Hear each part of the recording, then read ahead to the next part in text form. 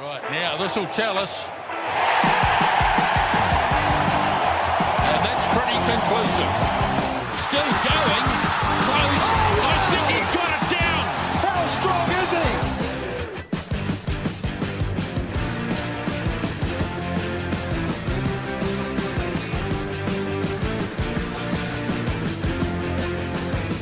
Welcome back to the Pick and Go podcast, your one-stop shop for all things rugby union. And once again, I'm joined in studio by former All Black Piri Weepu. Welcome along again, Piri. Oh, whoa, hang on. Well, what did I do wrong there? that You was welcome, an I should be welcoming you back hold into on, the that, studio. That was an accurate statement. Yeah. No, What? Yes. Where are you? you weren't even here last week. Well, you can't welcome back. You can't Welcome back to the studio. No, you can't welcome me, but this is I my can. studio. You go, You Piri, were do here. the intro. Piri, do the intro and welcome Paulie back. this week. 3, 2, 1. Welcome to this week's Pick and Go podcast. It's good to have my good mate here, Paulie. He's been MIA. He was on tour actually last week, weren't you? Yeah, thank you. Yeah, I was very busy working and still. Working where? Where were you sort of based last week when we did the podcast? I was up in Auckland that day, so You didn't want to go and see Searle while you were there? Or? Searle was too busy. He was fixing forklifts, playing golf. I had a day. Also, it was a hectic day for Searle, so I couldn't meet up with him. And I was busy anyway. So, yeah, welcome back, Piri. What did you do on the weekend? What did I do? Yeah, I told you last week what I was going to get up to, but a honeydew. honeydew. Played a bit of cricket. What? Yep, I got a T20 team, and we're social as. Are you playing what in one of the Hutt Valley competitions? Yeah. It was only, I think we're Prem. No, not even Prem. I don't know what it is, to be honest. Not we're top- down in not third. top grade. Oh, hell no. Okay. This is how social we are. Like we're trying to encourage the opposition to get the boys out for a duck so we can get a box the week after. How'd you go with that in hand?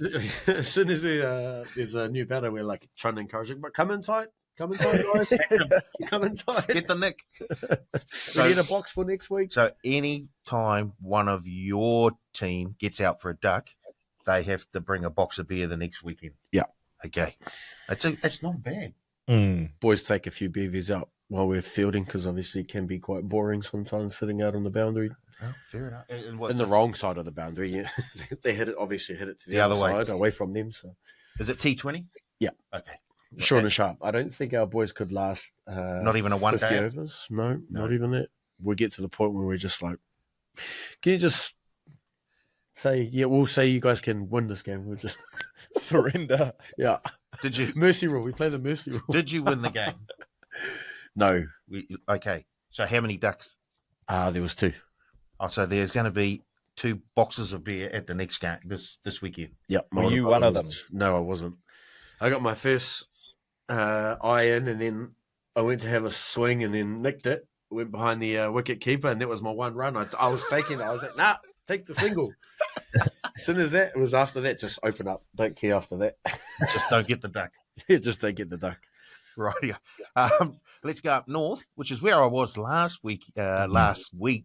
And we'll have a little chat with our good friend Ben Searle of Searle Talk Sports. Searle, welcome back in again, bro, after your week off. Yeah, I had the week off. I actually text Blake Ashford my multi, and I believe it came in, so I'm looking forward to that collect at the end of the show. Don't It's even looking try handsome. it, bro. Don't try that. That's why it didn't have Aussie in it, and he's such a proud Australian. It was because it was my picks. But yeah, it's good to be back in the positive and fast chasing you down, Paulie. That's it, Blake. He said to me, those are my picks. Do not put them in Searle's columm. So See, I'll that's put them what to the someone who's side. guilty says straight away before they're even questioned. Or jealous, even though he's still leading the charge. We'll get to the standings of the punting later on. I'm sure we will. I'm sure we will, Paulie. Right. Well, let's start talking some rugby because, funnily enough, this is a rugby podcast. And the big test match between Ireland and the All Blacks. First of all, what were the bookies thinking? I know Ireland, number 1 in the world, but this is at the sort of other end of the season for them as opposed to when they were down here in New Zealand. That this was the other way around, and the All Blacks had that game like a whole season of Super Rugby of NPC behind them. Searle, $2.60 for the All Blacks to win.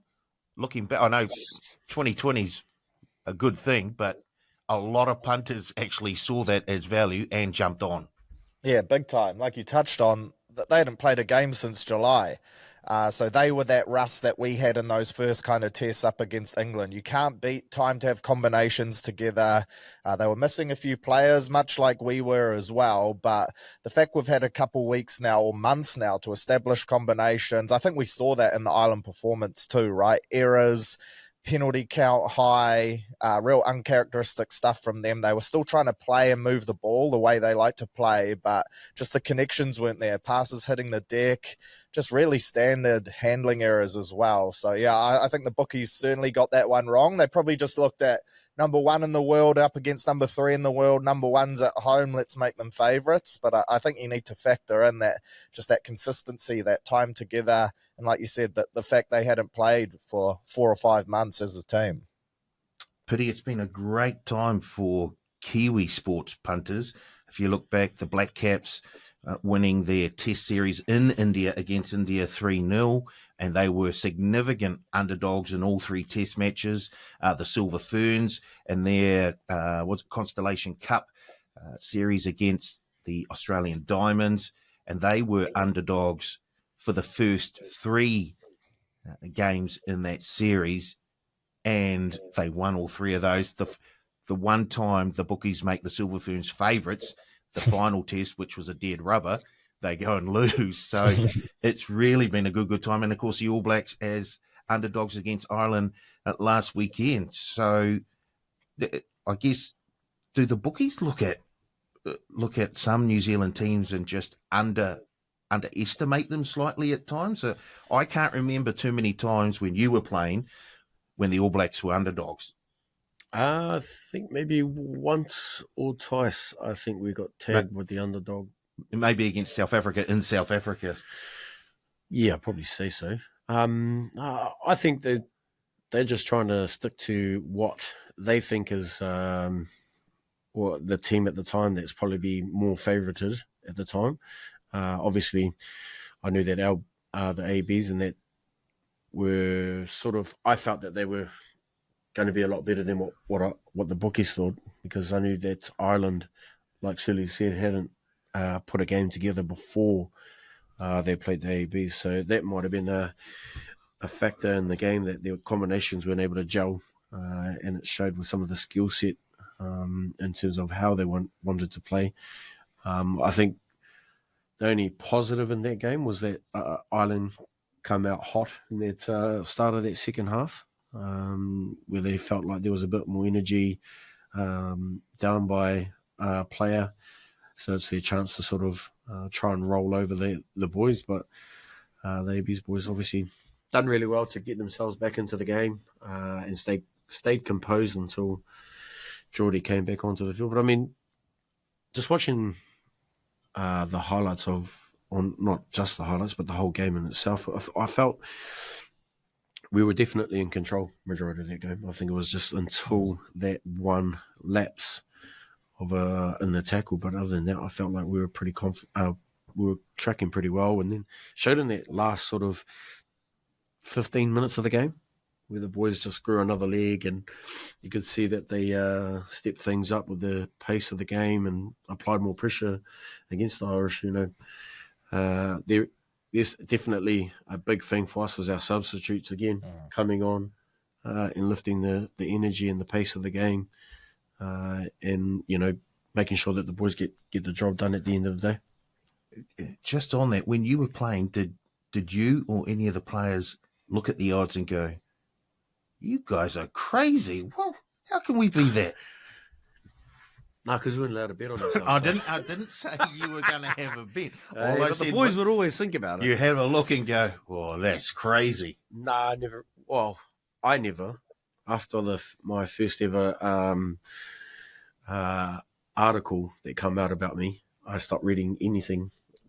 That's it. That was it. So I just sort of stuck to my family and friends that would give me opinions about my game, and they were the main ones that really mattered. So anything else outside of that, which we never had control of, we just didn't bother trying to buy into it. We just stuck to our processes and made sure that by the end of the week, when it come to game day, we were good to go. Was the internet a big thing when you started playing for Wellington, or was it only just sort of... Whoa, what are you trying to say? The social media side of things, was it like there we go. Not the internet, social media. Yeah. You know, the interweb. Yeah, no. So things like Facebook, like I don't even... Was Instagram around when... No, I think it was... Bebo was your... Oh, yeah. MySpace. I had Bebo used to go off, man. Yeah, pretty much. No, we never really... It sort of started halfway through my career. This is where we sort of used to be quite hard out on our Twitter accounts, just trying to get engagement with our fans. Oh, yeah. But other than that, we'd never really had too much to worry about with social media, in terms of how important, how dangerous it can be. Right. More than anything. Okay, Searle, if we look at the game, do you agree with Piri in that it looked like the All Blacks were in control for most of that game, even though they fell behind at times? Yeah, for me, there's a number of factors in this. I thought the first half was quite frustrating, and I thought we weren't allowed to play very much due to the officiating. I thought Ireland got away with murder at ruck time so many times. That was obviously their plan: slow the game down, just lie in the way. But I get that a player is making an effort to make their way out of the ruck, but they weren't, and B, they were there because they were losing the collision. Then they'd just come flying in from the side, try and mess up the ball for Cortez Ratama. So I was getting a little frustrated in that first half. I thought Nick Berry got better in the second half, and that's kind of when we got on top of them. Late in the game, when we're allowed to play with momentum, play fast, I think Ireland fatigued because it was their first hit out in a while. And then you throw guys like Patrick Tuipulotu, Sammy Penifino in off the bench, and they were just physical. They didn't stop coming at that Irish four-pack. So, yeah, I was really impressed. The areas I was worried about, I thought we performed really well in. I was worried about the line-out with Asafo, and he was exceptional. And I was worried about D-Mac starting at 10, just because I thought Bodie at 10, him off the bench, had been working so well, with Damien playing that more expensive style to finish the game off. But I thought he was really good at steering the team around. And as a result, we got the win. I definitely think we were the better side, and I think Ireland will be filthy at themselves just because of how many errors they made in that kind of halfway point of the field, because every time they looked like they were establishing some momentum with their phase play, they'd just come up with a really slack error. But yeah, penalty count 13-5 as well. You can't do that against the All Blacks, especially when D-Mac's kicking like he is. Yeah, I guess Scott Robertson, that's one area where he will be very, very happy, is the discipline. It was a big change from the last few test matches that the All Blacks have played. If you look at the play of the halfbacks, Shirley's right. Ratima was under a hell of a lot of pressure in that first half because the Irish were, let's say they were playing... They were cheating poorly. Right. We'll say they were playing right to the edge of the law. If you look at... they were over the edge. Oh, right. They were definitely over the edge. It just wasn't picked up by the officiator. But it was pretty disruptive for Cortez. I felt that when Cam came on, everything just seemed to be a lot faster. There was no time for them to disrupt anything, or even try and disrupt him picking the ball up and delivering it. They probably spoke about it at halftime, that they needed to sort that out and clean it out to get better access of the ball, not have to sort of fluff around at the breakdown. But yeah, I thought, like Searle said, Ireland were definitely coming in from the side, which they were able to get away with. And then, I think what our boys did really well was we were able to adjust to the rules, or the way that the referee was, sort of officiating. Felt that Ireland kept doing the same stuff, making the same errors, getting penalised for it.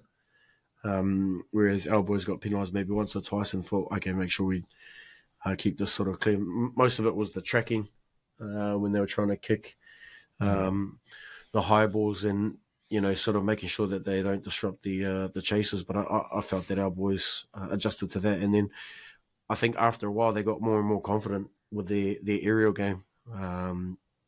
Geordie, when he came back on off the restarts, was huge in terms of going up and collecting the ball and getting us out of a bit of trouble.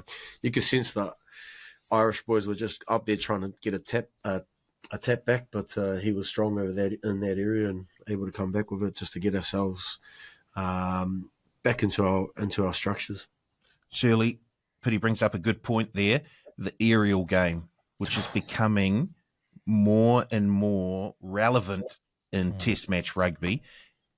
And I agree with Piri. I think the All Blacks won the aerial battle against the Irish. Your thoughts on that part of the game? Yeah, I think we definitely did. And it's handy when you have Geordie and Will Jordan in your backline because both of them are tall and they're so strong aerially. That rule, though, man, that obstruction rule, like, it's so 50-50, right? There was one off a kickoff there where the player was still 3 or 4 meters away from even getting to the kick receiver. They end up scoring a try, Ireland, a couple phases later off the back of a penalty. There was no obstruction there at all. And it becomes... Now we're seeing it. Chuck a box kick up. Both teams are terrified to get in the way of each other. And it becomes a lottery around who gets a penalty off the back of it. And I think that's exactly what we're trying to avoid in rugby at the moment. There was this phase where it was just box kicks non-stop. Then we started to speed the game up again. But now with this obstruction rule, we're going to just go back to that again. So yeah, I found myself confused a lot of the time because some of those ones are just players tracking back in a straight line. A few were penalties, but a couple of them, like the player's still 4 or 5 meters away from the guy catching the ball. So what if he was clipped a little bit? He's never going to get there anyway. Didn't have an impact on the game at all. So I think we need a bit of clarification around that rule because the last thing you want is guys just chasing, but they're just finding bodies and looking to get obstructed or try and milk it to get a penalty because that can be a massive game changer. Piri, if you look at that, your player of the game or players of the game for the All Blacks. I guess if you look at the forward pack, there were a number of players who stood up there. I know Artie Severe, most pundits hold him to quite a high level because he plays so well all the time. But that penalty that he got late in the game, that turnover, was huge. You look elsewhere, O'Moore, who started one of his few starts in the All Black jersey, looked very, very good. In the back line, D-Mac, who looked very, very good in the 10 jersey to start and kicked the penalties when we needed them. But for you? Who did I have last week? I think I had Satiti and Mark Talia. Satiti, because his work sort of carrying, getting over the advantage, like getting into the first contact, but still being able to power through. I know some of our other boys sort of make the contact, but they aren't able to power through the tackler. And then the other one is obviously we spoke about how lethal Mark can be with ball in hand. I think there was a passage there where he bumped off about 3 or 4 forwards around the ruck area, and then one was holding on his ankle and he's just standing there waiting for someone to either try and tackle him, but he was able to get the offload. I think on top of that too is his work ethic off the ball. He goes looking for work. There's not many wingers since I'd probably say Zach Guilford days. Well, Zach would always end up on the other side of the field away and then work his way back to where he needs to be and always at the right end of the chain as well. I think that's what some of our wingers are lacking is that work ethic to go looking for work and then go back out onto their wing to be where they need to be. So Mark's definitely one. I know Caleb does a bit of work off his wing as well. But for me, I'd say the two in my eyes would be Satiti and Talia. For you, Searle, your players of the match for the All Blacks? Yeah, you've mentioned a lot of them. I had Ardy, Wallace, and then Asafo Amoa in the forward pack. I was worried about Asafo just purely because of his work at line-out time. We know how good he is around the paddock.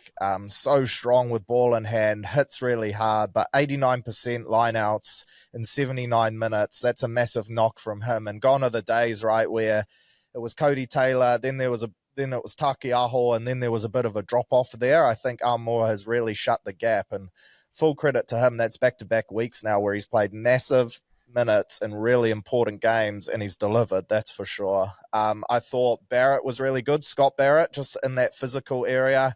He was up in the Irish face. There was that push and shove early doors where he showed he was out to get his opposite, but quite often he can get a little carried away. I thought he dialed it back and used his aggression really well. And then in the back line, I had D-Mac and our two wingers. And I agree with Piri. I love seeing Caleb Clark, Mark Talia, pick and go around the ruck. They're quick, they're strong, they're powerful. They throw a different picture at some tiring forwards. And so often they get an easy 10 meters, and even just on phase play, so often we shift the ball wide and they look isolated, but they're both so strong that they still get over the gain line and stay on their feet long enough for us to get support. So I really like the way that we played on the weekend. I think that's our way going forward, and I think we're starting to see Razor and Co implement their structures, and it's working.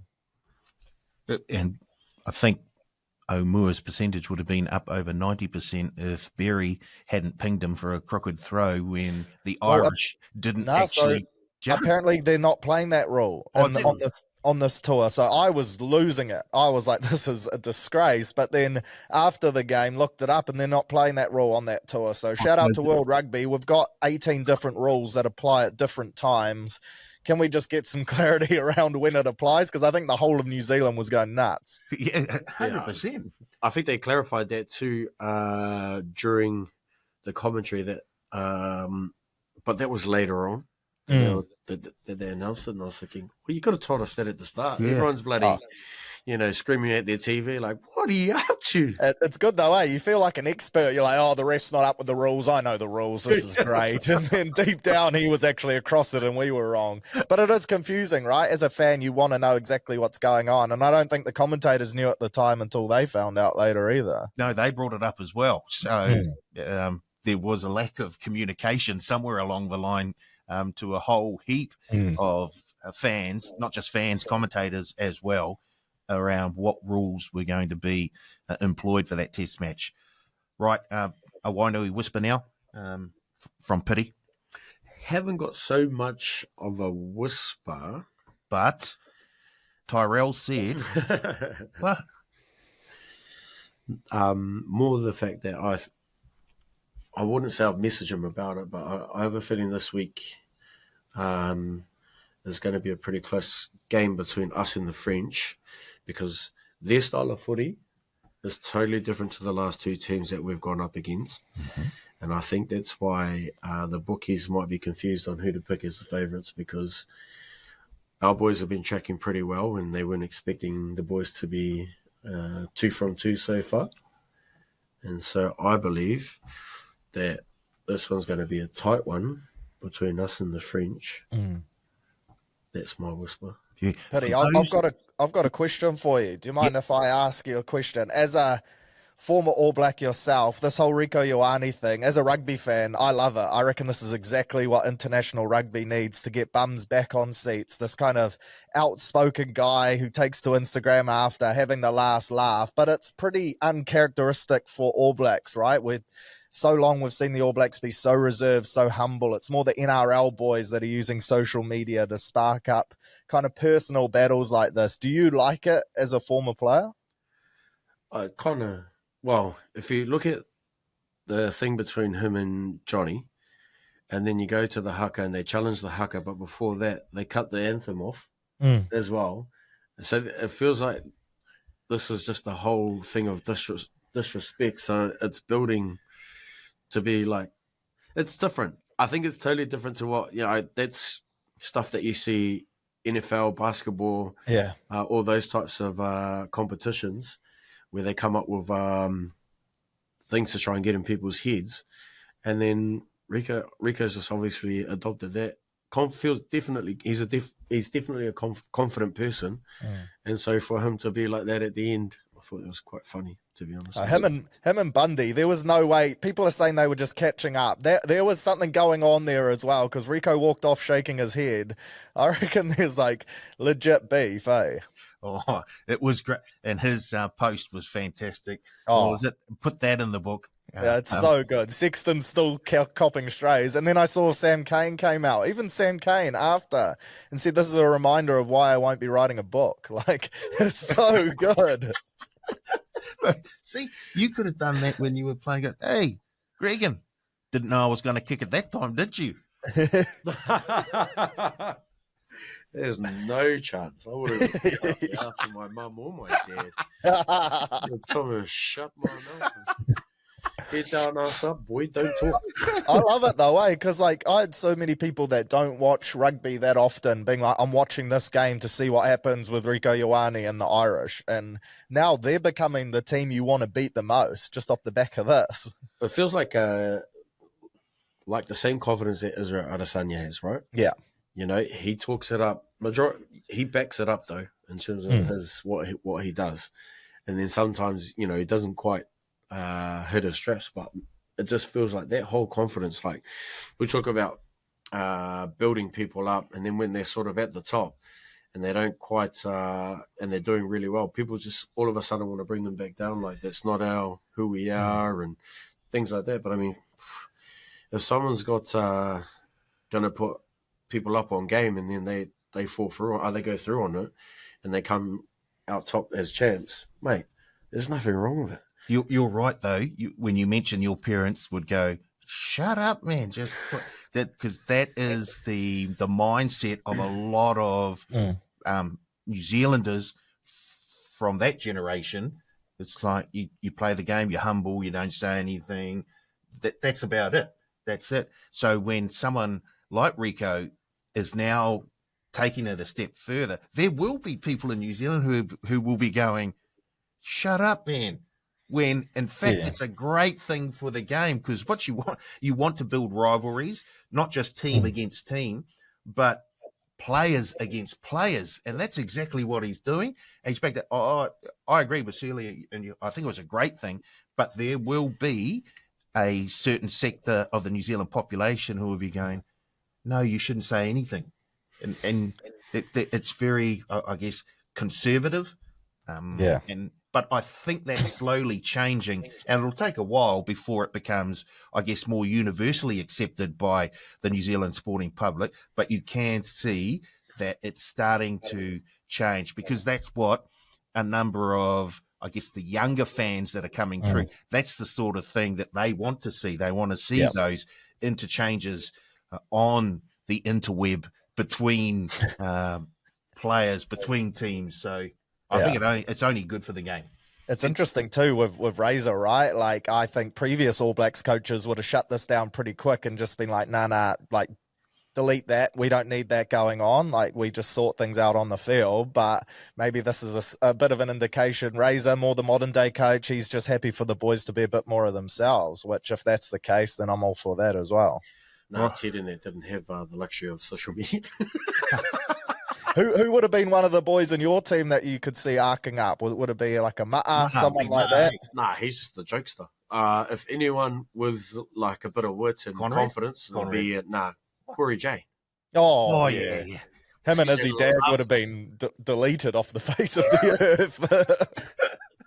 He definitely. But the NZRU would have at the start would have tried to shut it down. Yeah, and, I remember a few times they've told us to delete things or take things down on Twitter.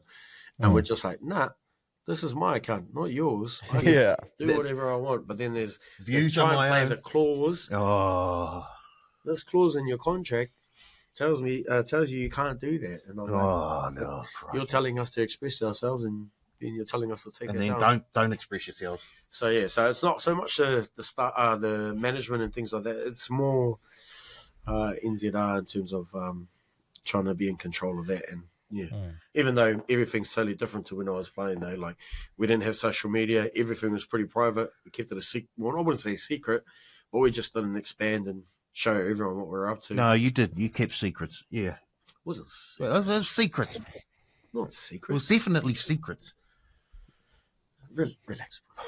Sorry. Anyway, that wasn't a bad Wainui whisper. It wasn't Yeah. quite the Wainui whisper I expected, but it was a good one for those of you who don't know the Wellington region, where you've got Wellington CBD, and then when you head out to the airport to the eastern suburbs, you've got Seatoun, Miramar, Kilburnie. Then if you head north, if you go up the west coast, then you're heading up towards Porirua and then up to the Kapiti coast. If you head up the sort of towards the eastern side, then you're going up through the Hutt Valley, Lower Hutt, Upper Hutt, Silver Stream, and then there's a hill just off to the further sort of east. The stairway to heaven. Well, there's a hill that you've got to go over when you're in the Hutt Valley, and then you come down the other side, and then you're in Wainuiomata. So, and that's where It used to be called Nappy Valley back in the race. it certainly did. Yep, when it was just farmland, pretty much. and then they started up. So that's Wainui for us. Right. Let's have a quick look at the other internationals, and if we have a look at them, the rugby championship sides all came out with a win on the weekend. So it's obviously it's a good sort of position of the year for the rugby championship sides because they're coming to the end of their domestic seasons. They've had a lot of rugby. But first of all, Australia, Searle, upsetting England and one rugby league convert, Swali'i, putting in a very, very good performance first up. But are the Wallabies back? I don't know if they're back fully, but this was a really encouraging win for them and a massive dub in Twickenham. I think they've still got areas of their game and selections they need to sort out. I'm still not 100% sold if Noah Lolosio is their first five. I'd like to see Taine Edmed get a run there after how good he was in the NPC, because I reckon that expensive style that he plays could unlock their backline even more. But when you look at their backline, they were down a few players, like no Hunter Pasami and co, guys that always start there. But I thought Lenny Ikitau and Joseph Suali'i were massive. And I know Joseph got man of the match, and a few people are like, oh, you know, he was good, but he wasn't man of the match good. You need to realize this was his first game of rugby non-stop in 4 years. The last time he played the game, he was at high school. So to be thrown in your first game back from a rival code, and yes, the games have similarities, but they're still very different. To be chucked in the cauldron at Twickenham and start, I thought he was going to come off the bench. Man, he did so well. He's a big body. He's silky. He's smooth. He can get his arms free. He plays that offload game. He's an aerial threat. I was really excited by him and his combination with Lenny Ikitau. I thought they looked great. And then with guys like Max Jorgensen and co off the bench too, they've got this young crop that under Joe Schmidt, they can really develop. So I think it'll be a massive win for their confidence. They got Wales this week. They should beat them.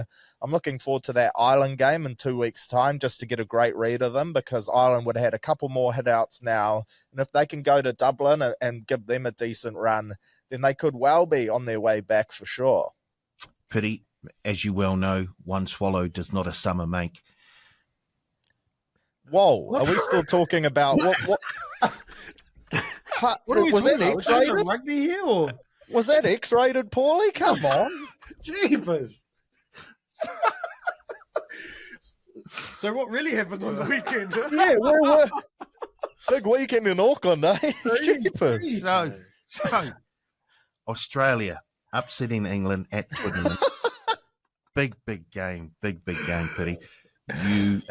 Do you think this is the turning of the Wallabies, the turning around, that they're now on a trajectory to get back towards the top of world rugby?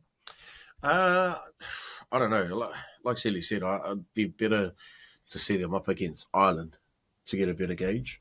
Although they were pretty good against the English on the weekend.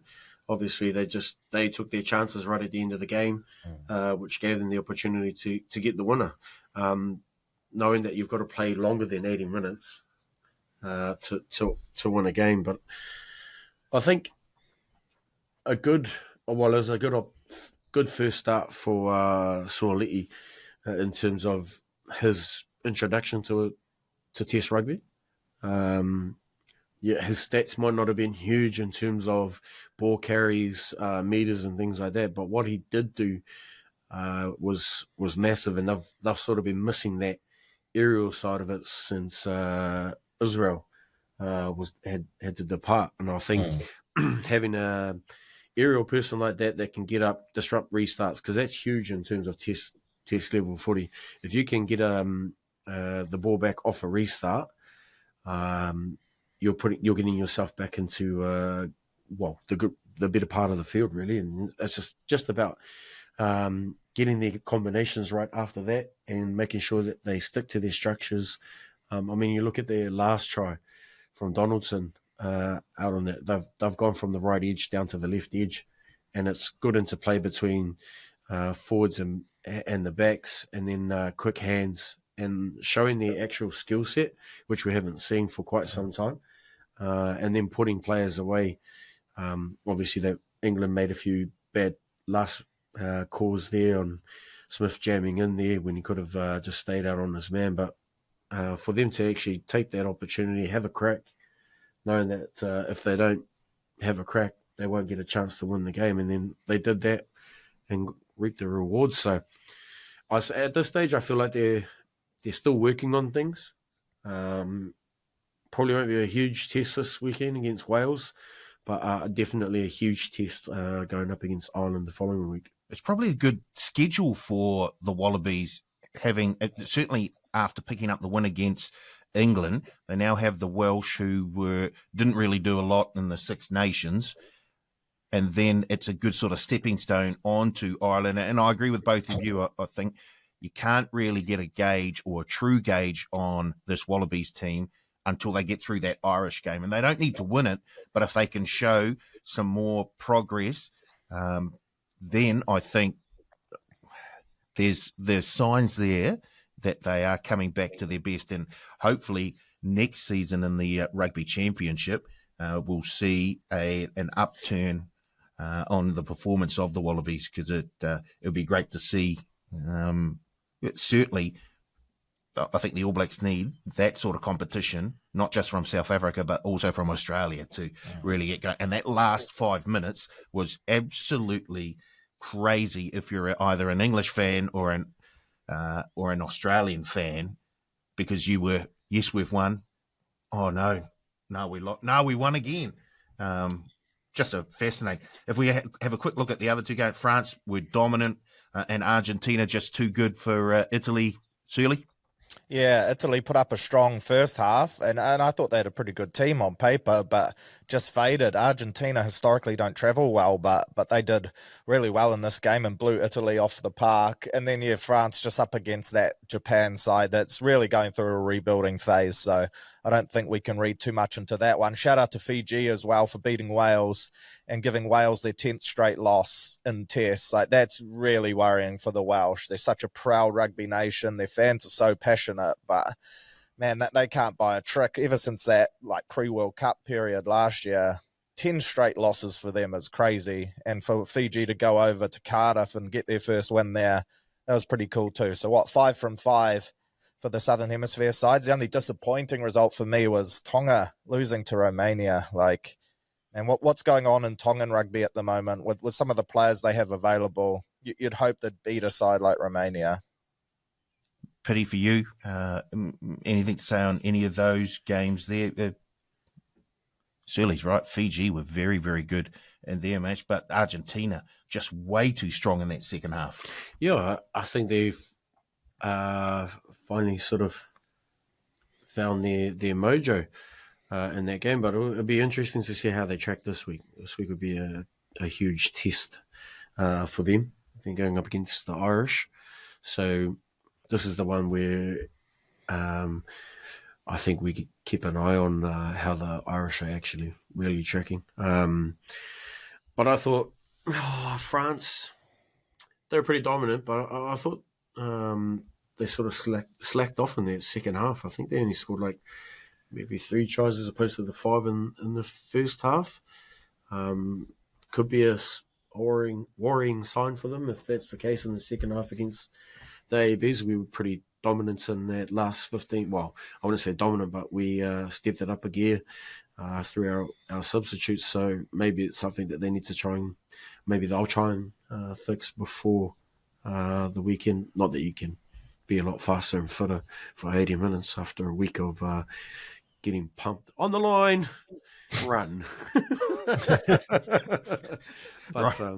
But yeah, actually, what I do want to touch is on if Aussie walk away from this 4 from 4 on this India tour. Yep.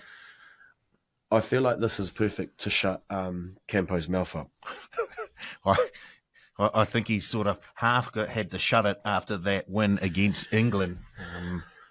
Like he was just listening to what he was saying in one of those podcasts of his. I was like, "He's never had a style."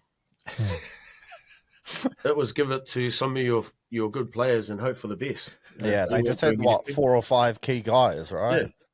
So for me, it's like they've never had a style of footy, but what they have had is good players that they've built their rugby around.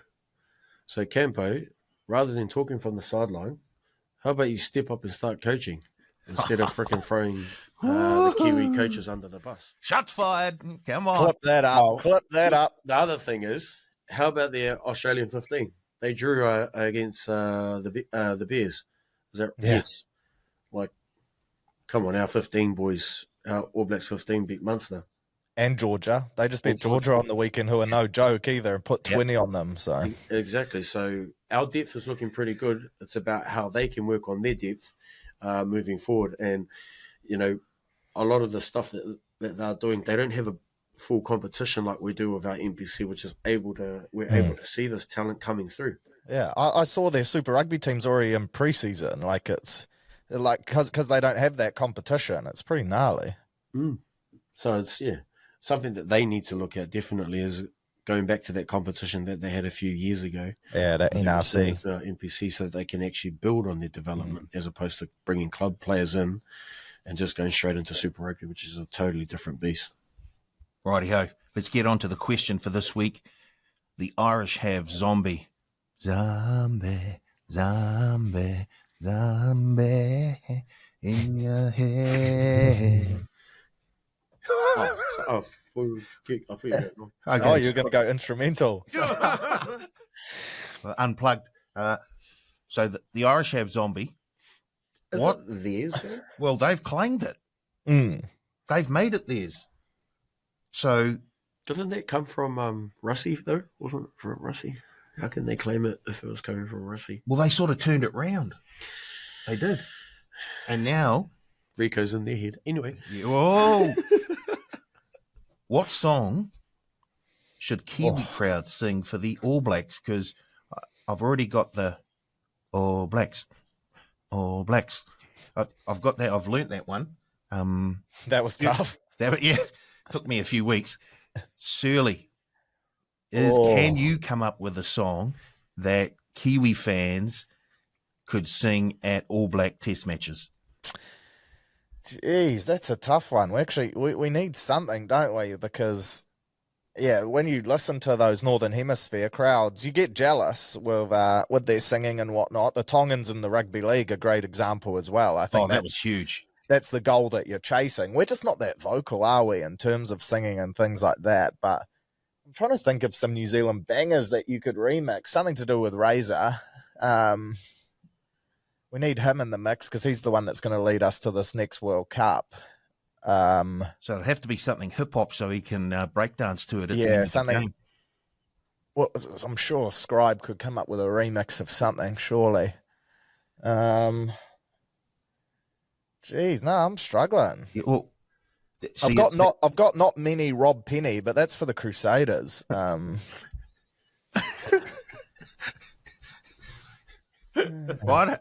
What's yours? Well, once again, we get to that sort of mindset here. Shut up, just sit down, watch the game. Don't say that. And I hope that's changing as well. So for my, I guess. Yeah, but that's an individual thing. Not if we're doing this collectively at our games. Yeah. Then that's totally different. I want to sing. I can't sing, but if the crowd starts singing, I'm going to join in. Whatever fan base it is. If I know the words, I'm singing. And there you go. If everyone's into it, or 75% of the crowd are into it, then your voice will sound like Lionel Richie. You'll sound fantastic. What about Hey Baby, but it's Hey Bodie? That's always a stadium filler. There we go. There's one. How does that go? Paulie can sing it. I like that one. Yeah. Well, I thought that obviously you want or you could have something black in the title, and the obvious one is AC/DC, Back to Black. Or do you go something that's more sort of Kiwi? Are we talking like 660? Are we talking 10 guitars? A little bit before your time, I understand, but still. Yeah, don't forget your boots, my friend. Instead of don't forget your roots. Yeah, There we go. I've done that a few times. I can imagine. Mum, can you bring my boots in, please? Yeah, we're playing South Africa. I forgot my boots. Maybe I was trying to think that was not annoying, but like, which was Super Groove, sitting inside my head. Sitting inside my head. Laughing at what I say. Maybe Well, it plays on the in your head, doesn't it? Yeah, So, that's the only reason why. We should probably put a But pop. if it's more around the thing for everyone to sing, definitely like we've got some good bangers of bands. Got some great songs. We should put a poll out. Get a vote on it. Get the public to say what song would be most appropriate. Well, I know Back in Black was the Sevens one when they used to run out here at the Tinny House. and the All Blacks run out to Shapeshifter, I think, don't they? So, right. We'll see if we can sort something out there. Once again, we're running a little bit over time. So let's have a quick look at the French game. Oops. As you said, Piri, bookies can't separate them. France, $1.87. All Blacks, $1.87. So they want the punters to make their minds up to choose the favourite. I get the feeling that the favourite will be New Zealand by the time we get to kick-off, just through the weight of money that we're more than likely to take on the All Blacks. But if you have a look at that game, first of all, there weren't too many changes in there from England to Ireland, Searle. There were a couple through injury, of course. No Cody Taylor, so Omua started. No Bowden Barrett, so D-Mac started. Are there any sort of changes you want to see in that All Black team, or do you think there will be any changes?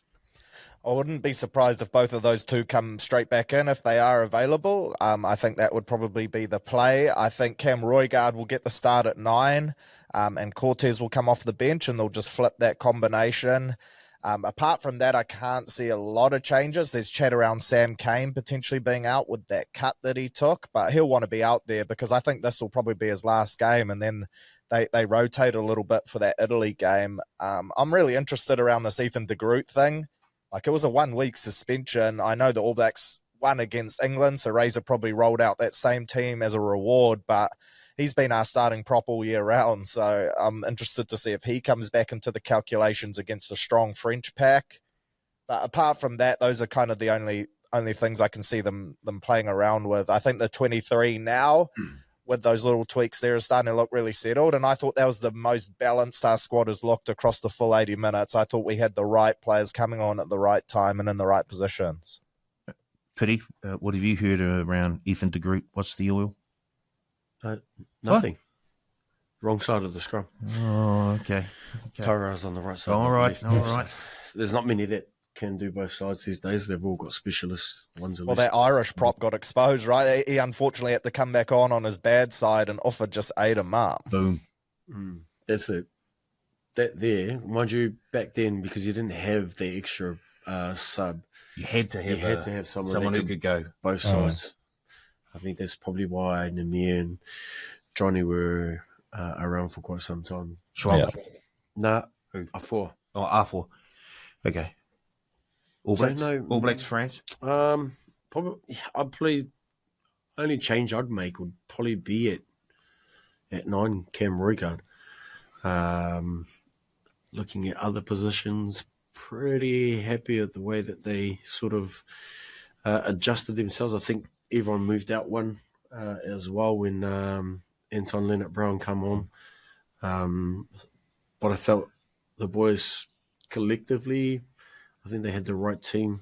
It'll be interesting just to see whether they keep Cortez or if they add TJ into the fold. But I guess it just depends on their preferences, really. So I guess we'll just see how that all unfolds. But yeah, I'd probably see if there's going to be any changes, it'll probably just be one around Cam. Just quickly, that trio we finished with as well. Sam Penifino, Artie at 7, and then we had Wallace Atiti at 8. If Sam Kane is out this week, can we get that start with Artie at 7? Shit, that would be exciting. Righty-ho, we've got to move on. Any hunch for this weekend, fellas? Piri, Searle? Piri? Oh, you got one. I feel that the Tri-Nations teams will get the dub this weekend. Again. Nice. Well, So South Africa, weekend. All Blacks, And Australia. Argentina. No. Oh, what'd you say? Tri-Nations. Oh, Tri-Nations. Sorry. Yeah. Right, Troy. Troy. Australia, South Africa, New Zealand. Okay. Well, I don't mind that. Searle, you got a hunch? No, I'll back that one in, to be fair. Sacre Bleu, I think it's going to be Sacre Black, and we're going to pump the French. There you go. Okay, I do have a hunch, and I've been watching this cooking program, reality competition cooking program, and the couple that were cooking, they were trying to cook this French dish, and it went rubbish. It was terrible. So I think the French are going to be rubbish this weekend against New Zealand. Don't say rubbish because you know they're not going to be rubbish. You Okay. could say like They're going to underperform. yes, that'd be. It was undercooked. It was undercooked, yeah, or overcooked. Salmonella. Dub, salmonella dub. There's another one that we can Yeah, I there like we what go. you're saying. Yeah. All righty, time for some punting. Let's have a look back at last week, though, just see what happened there. Yes. Searle's and Blake's. Searle wasn't here. Yeah, but I texted to Blake, so read it out. Blake jumped in, and he had a good think about this one. He had the All Blacks to win by 1-12, into Argentina to win, into South Africa to win. Yes, that came out at $6.84. So Blake's done Blake. very, very well there, all by himself. Thanks for me, Blake. All by himself. He All Blacks 13 and over at 650. Unfortunately, no. And then he had the first scoring play to be an All Blacks try. No good there either. So Piri's now down 118.10 for the season. No bets for Searle last week. So if we say he lost 100 because he didn't use it, I think that's a little unfair. Thank you, Pretty boy. sure he's in the And the negative, positives. he is $17.90. Blake's, However, Hang if on. we take 100 away from last week because he didn't, Oh. and he said, but we won't do that. We won't do that. he gifted it to Blake, so now he's at 600 and what? Use it or lose it, you reckon, Paulie? Blake he's all by himself over there. I can't take his money away from him. And then I just had one bet, All Blacks to win at 260. Still can't believe that we got the 260, but we did. Now I'm at $1,132.52 up for the season. That's why he's not giving you Blake's, because it's too close. Yeah. To him. There we go. So then- Shout out to Alex Talia, who continues to keep Paulie at the top. Yeah, Alex is doing you favors. That one Alex Talia bet. I reckon that's not allowed. He had the wrong player. Exactly. Everyone's probably thinking, what are you guys on about? Yeah, only the purists will know. Yeah. Okay, then Piri, lead us off. You're going to have to go big time, I'm sure, and I'm sure you will. No try scorer markets out, of course, because we're doing this before teams have been named. But you can have a try scorer in there if you want to, and we'll sort out the odds later on in the week. I've got Argentina. Yep. 12, 1-12, 25 on that. Holy moly! Well, it's paying like What? $5, isn't it? It is paying $6.50 Argentina to win by 1-12 against Might as Ireland. well. Give it a nudge. Yep. Multi will be Fiji, head-to-head, Springboks. Oh, actually, all four. Fiji, Springboks, ABs, and the Wallabies. All to win. And then I've got $25 any team for a penalty shot at goal as the first point scorer. Which game? All Blacks. ABs, yeah. Scoring plays. Okay, I'll have a look at that one. Searle, first scoring play. You're taking a what? A penalty? Yep. That's paying $1.52. That's all right. Okay. If I get something back, Go again next week, eh? Go Yeah. again. We've got to go I'm next chucking $50 on the All Blacks on a negative 0.5 line, which is a real gift there, at $1.95. I'm going to chuck $25 on the All Blacks minus 7.5 at $3. What was the first bet? $50 on the All Blacks alternative line of minus half a point because they're giving us plus half a point. I'm taking what you're doing there. I'm taking the minus alternative line. Yes. Half a point, $1.95. So we just got to win by one. $25 on the All Blacks minus 7.5. That try bet option at $3. And then I got a $25 multi on Ireland to beat Argentina, South Africa to beat England, All Blacks to beat France, and Aussie to beat Wales. Nice. I like that. One bet for me. It's a 2-leg multi. All Blacks to win and Australia to win. I thought you were going to say Mark to score. Alex comes out at $3.02. Nice. $100 on there. Righty ho. What are you up to on this weekend, Piri? What's happening? Probably a bit more cricket. Hopefully get some rounds of golf in, maybe. Work on the old handicap. And then some more honeydews. Searle, you got any honeydews this weekend? Nah, I've got a golf day. I'll be in the dog box on Sunday, but hey, it's six more, boys. It's 6 more. Sunday. I did mine last week. In preparation. The lawns are mowed, the dishwasher empty, the washing's all done, boys. I've got my brownie points, my credits ready to go. How about you, Paulie? Very quiet this weekend.